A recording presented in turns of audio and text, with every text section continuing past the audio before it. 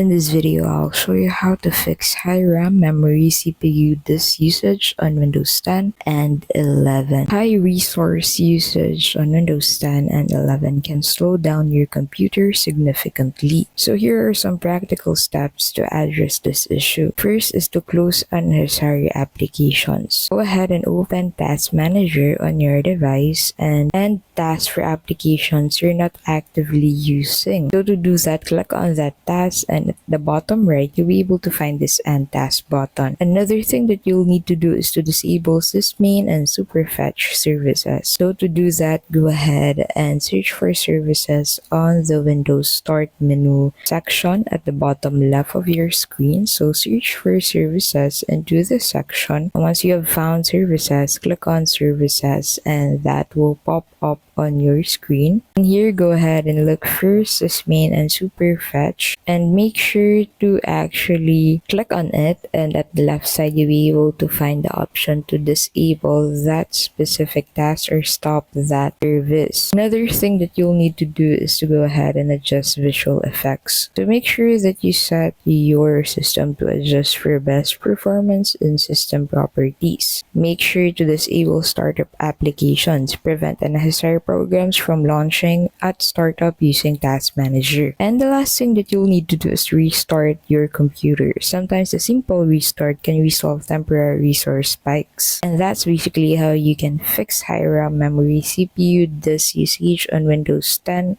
or 11. If this video was helpful, please don't forget to give this video a like, subscribe to the channel, hit that notification bell to keep updated with our latest videos. Thank you so much for watching, and we'll see you in the next video.